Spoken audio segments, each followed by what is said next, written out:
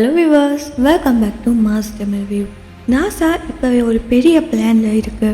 2030க்குள்ளே மூணில் நம்மளை பெர்மனண்ட்டாக வாழ வீடு மாதிரி ஒரு பேஸை பில்ட் பண்ண போகிறாங்கன்னு சொல்கிறாங்க. இது கேட்குறதுக்கு ஒரு சினிமா ஸ்டோரி மாதிரி இருந்தாலுமே ரியலாக நடக்க போகிற ஒரு ஃபியூச்சர் லெவல் சயின்டிஃபிக் ப்ராஜெக்ட்னு சொல்லலாம்.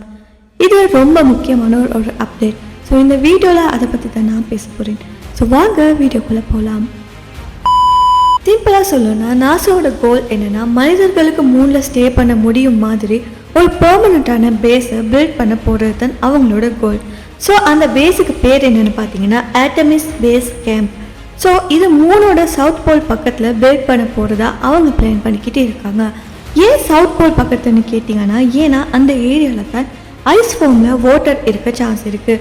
ஸோ மூணில் வாட்டர் இருந்தால் தான் ஃப்யூச்சரில் அந்த வாட்டரை குடிக்கிறதுக்காகவும் ராக்கெட்டோட எரிபொருளை க்ரியேட் பண்ணுறதுக்காகவும் யூஸ் பண்ணலாம். ஸோ அதனால தான் அவங்க அந்த ஏரியாவை செலக்ட் பண்ணியிருக்காங்க. ஸோ இந்த மூன் பேஸில் என்னென்ன இருக்குதுன்னு சொல்லி பார்க்கலாம். முதலாவது பார்த்தீங்கன்னா மனிதர்களுக்கு ஸ்டே பண்ண மாதிரி ஒரு வீடு இருக்குதுன்னு சொல்லப்படுது. மூன் சர்ஃபஸில் ட்ராவல் பண்ண சின்ன ஸ்பேஸ் கார் மாதிரியும் இருக்கும். சோலார் பேனல்ஸ் மாதிரி எனர்ஜி ஜெனரேட் பண்ணுற மிஷின்ஸும் இருக்கும். எக்ஸ்பெரிமெண்ட் பண்ணுறதுக்காகவும் டெஸ்ட் பண்ணுறதுக்காகவும் சயின்ஸ் லேப்ஸும் இருக்கும்.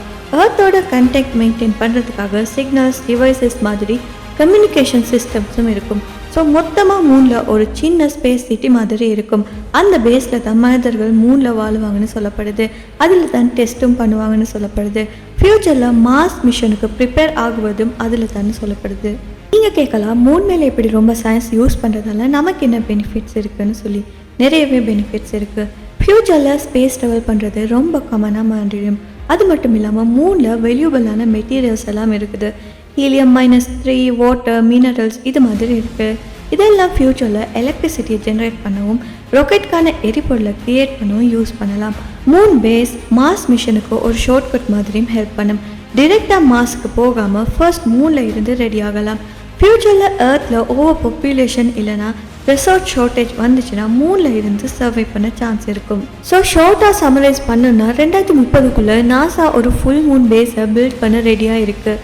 இது ரியல் லைஃப்பில் நடக்கிற ஒரு பெரிய சயின்ஸ் ஸ்டெப்பாக இருக்கும். ஃப்யூச்சரில் நம்ம மூணில் இருந்து யூடியூப் வீடியோ எடுக்கிற மாதிரி சிச்சுவேஷன் கூட வர சான்ஸ் இருக்குது. ஸோ நீங்கள் என்ன நினைக்கிறீங்க இந்த மூன் பேஸை பற்றி கமெண்ட் பண்ணுங்கள். இந்த வீடியோ பிடிச்சிருந்தா மறக்காம இந்த வீடியோ லைக் பண்ணி உங்கள் ஃப்ரெண்ட்ஸ் கூட ஷேர் பண்ணுங்கள். அது மட்டும் இல்லாமல் நம்ம சேனலை சப்ஸ்கிரைப் பண்ணி பக்கத்தில் இருக்க பெல் ஐக்கானையும் கிளிக் பண்ணிக்கோங்க. இன்னும் ஒரு இன்ட்ரெஸ்டிங்கான வீடியோவில் நான் உங்களை எடுத்து சந்திக்கிறேன். Until then, stay curious, stay safe.